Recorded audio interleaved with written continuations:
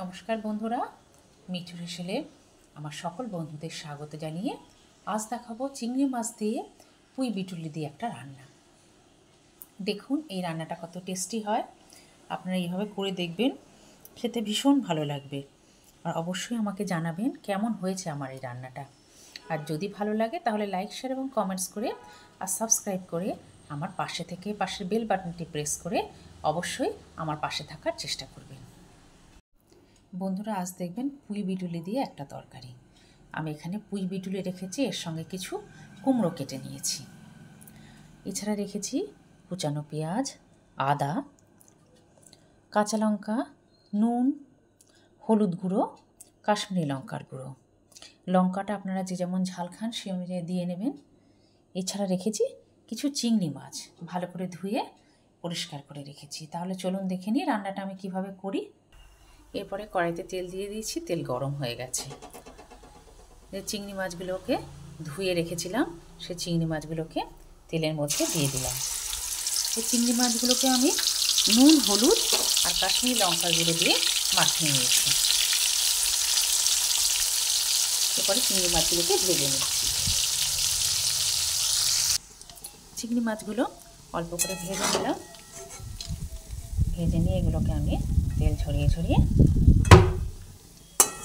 তুলে ফেলছি।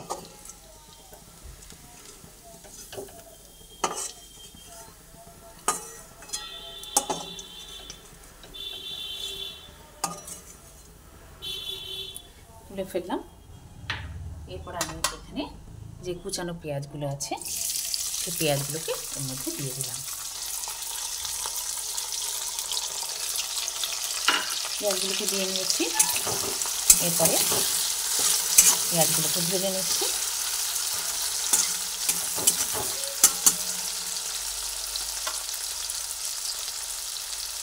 এরপরে আমি এর মধ্যে অল্প পরিমাণে আদা দিয়ে দিলাম। আদা পেঁয়াজ দুটোই একসঙ্গে আমি এখানে ভেজে নিচ্ছি। পেঁয়াজ আর আদা একসঙ্গে ভেজে নিচ্ছি। গ্যাসের ফ্লেমটা আমি একদম কমিয়ে নিয়েছি, কমিয়ে নিয়ে এটা ভেজে নিচ্ছি। এরপরে আমি এর মধ্যে কাশ্মীরি লঙ্কার গুঁড়ো দিলাম কালারের জন্য, এছাড়া হলুদ দিয়ে দিলাম।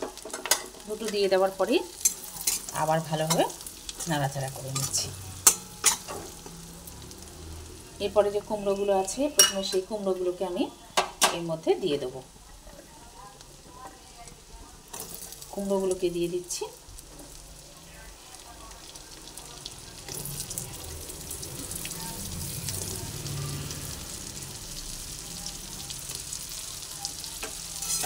কুমড়োগুলোকে দেওয়ার পরে আবার ভালোভাবে কুমড়োর সঙ্গে একসঙ্গে ভেজে নিচ্ছি। এরপর আমি এর মধ্যে নুন দেবো। নুনটা আমি আগে দিইনি, তাই নুনটা এখন দিচ্ছি। নুনটা দিয়ে দিলাম। আর যে কাঁচা লঙ্কাগুলো কেটে নিয়েছি সেই কাঁচা লঙ্কাগুলোকে দিয়ে দিলাম। এবার তোমরা যে যেমন ঝাল খাবে সেই অনুযায়ী কিন্তু কাঁচা লঙ্কাগুলোকে দিয়ে দেবে। আবার একটু ভালোভাবে কুমড়োগুলোকে ভেজে নিই।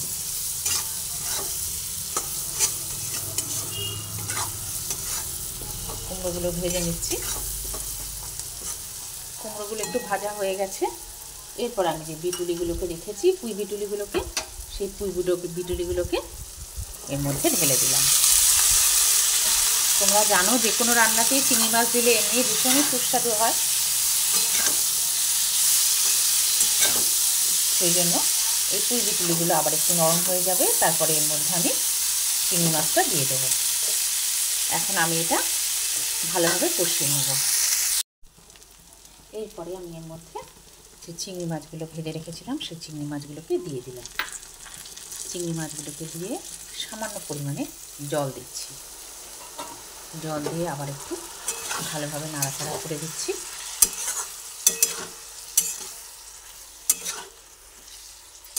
এই পুঁই বিটুলির রান্নাটা আপনারা চিংড়ি মাছ ছাড়াও করে খেতে পারবেন, দেখবেন ভীষণ ভালো হবে খেতে, ভীষণ টেস্টি একটা রান্না। এইভাবে হোক, এটা সেদ্ধ হয়েই গেছে নাড়াচাড়া করতে করতে। সেই জন্য আমি এর মধ্যে কুচানো ধনে পাতা দিয়ে দিলাম। ধনে পাতাগুলো দিয়ে দিলাম, দিয়ে এবার একটু ভালোভাবে নাড়াচাড়া করে নিচ্ছি। সুন্দরভাবে দেখুন নাড়াচাড়া করে নিচ্ছি। রেডি করে নিলাম এই রান্নাটা। এরপরে আমি এটা একটা পাত্রে ঢেলে নেব। এরপরে একটা পাত্রে এই পুঁই বিটুলি চিংড়ি মাছ দিয়ে যে করে নিলাম সেটা একটা পাত্রে তুলে নিলাম। আপনারা এইভাবে এই রান্নাটা করে নেবেন, দেখবেন ভীষণ ভালো লাগবে। খুব সুস্বাদু একটা রেসিপি।